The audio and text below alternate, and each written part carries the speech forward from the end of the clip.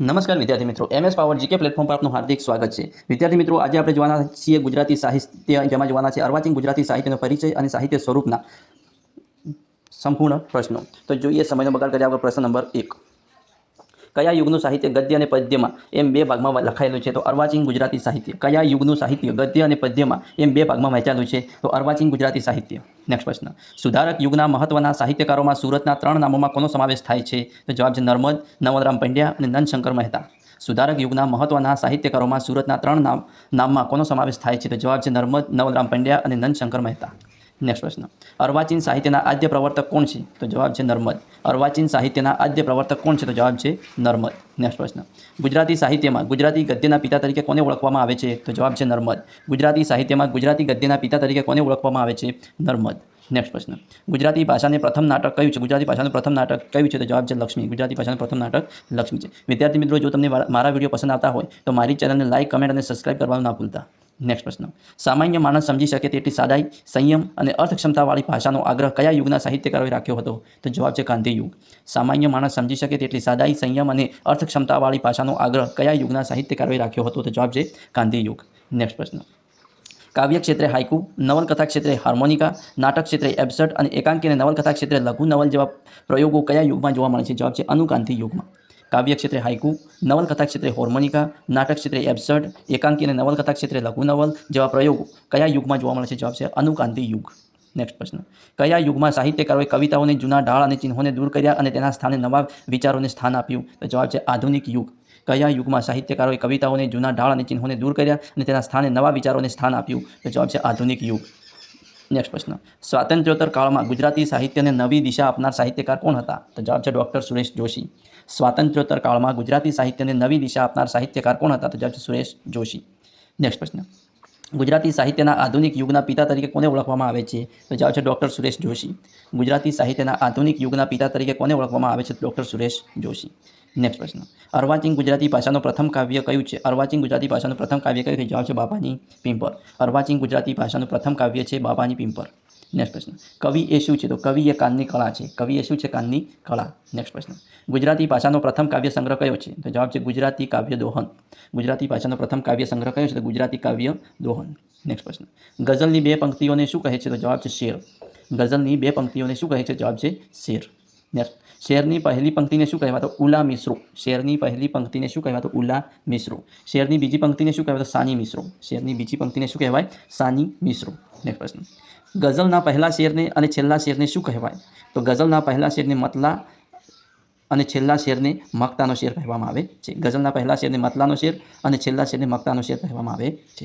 Next પ્રશ્ન, ગઝલમાં આવતા પ્રાસરૂપ શબ્દને શું કહે છે? તો જવાબ છે કાફિયા। ગઝલમાં આવતા પ્રાસરૂપ શબ્દને શું કહે છે? તો જવાબ છે કાફિયા। નેક્સ્ટ પ્રશ્ન, ગુજરાતી ગઝલના પિતા તરીકે કોને ઓળખવામાં આવે છે? તો જવાબ છે બાળશંકર કંથારિયા। ગુજરાતી ગઝલના પિતા તરીકે કોને ઓળખવામાં આવે છે? તો બાળશંકર કંથારિયા। નેક્સ્ટ પ્રશ્ન, સોનેટ કાવ્યમાં કેટલી પંક્તિ હોય છે? તો જવાબ છે 14।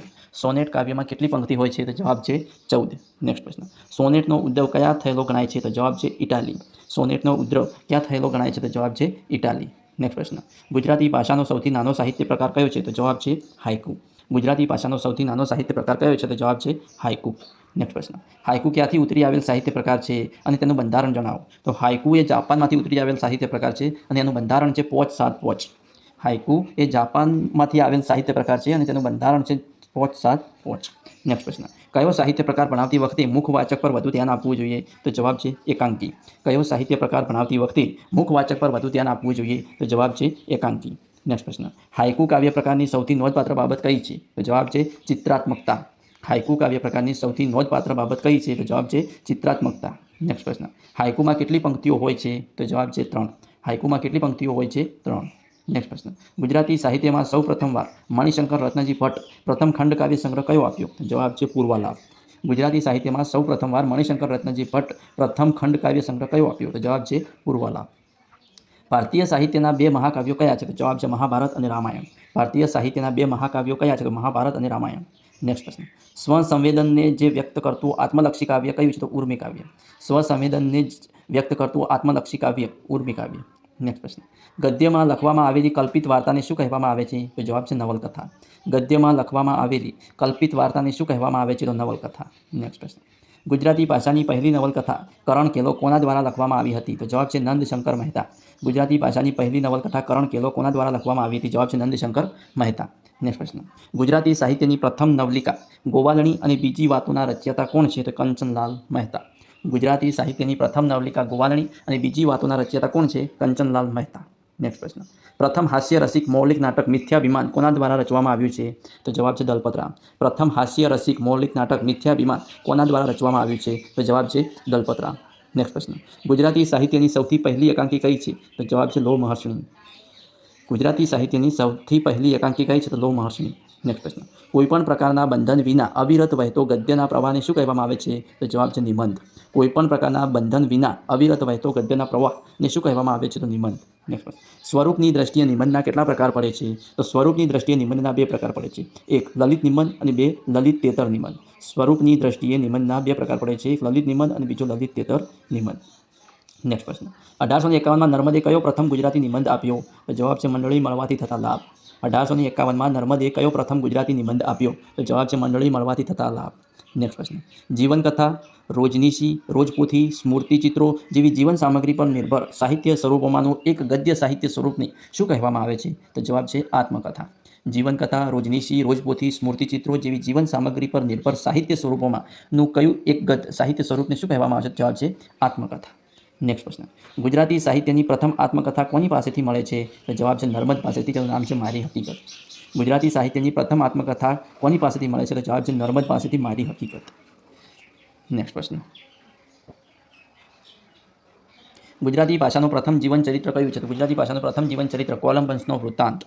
ગુજરાતી ભાષાનું પ્રથમ જીવન ચરિત્ર કયું છે? તો જવાબ છે કોલંબસનો વૃત્તાંત. નેક્સ્ટ પ્રશ્ન. ગુજરાતી ભાષાનો પ્રથમ શબ્દકોશ કોને ગણવામાં આવે છે? તો જવાબ છે નર્મકોશ. ગુજરાતી ભાષાનો પ્રથમ શબ્દકોશ કોને ગણવામાં આવે છે? તો જવાબ છે નર્મકોશ. નેક્સ્ટ પ્રશ્ન. ગુજરાતી ભાષાનો સૌથી મોટા શબ્દકોશ ભગવદ્ ગોમંડળનું નિર્માણ વિદ્વાનોની મદદથી કોણે કરાવ્યું? તો જવાબ છે ગોંડલના મહારાજા ભગવતસિંહજીએ.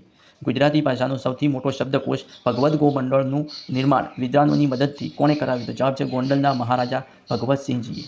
વિદ્યાર્થી મિત્રો, આવા અવનવા મોસ્ટ આઈએમપી પ્રશ્નો જોવા મારી ચેનલને સબસ્ક્રાઇબ કરવાનું અને તમારા મિત્રો સાથે લિંક શેર કરવાનું ના ભૂલતા. Thanks for watching my video.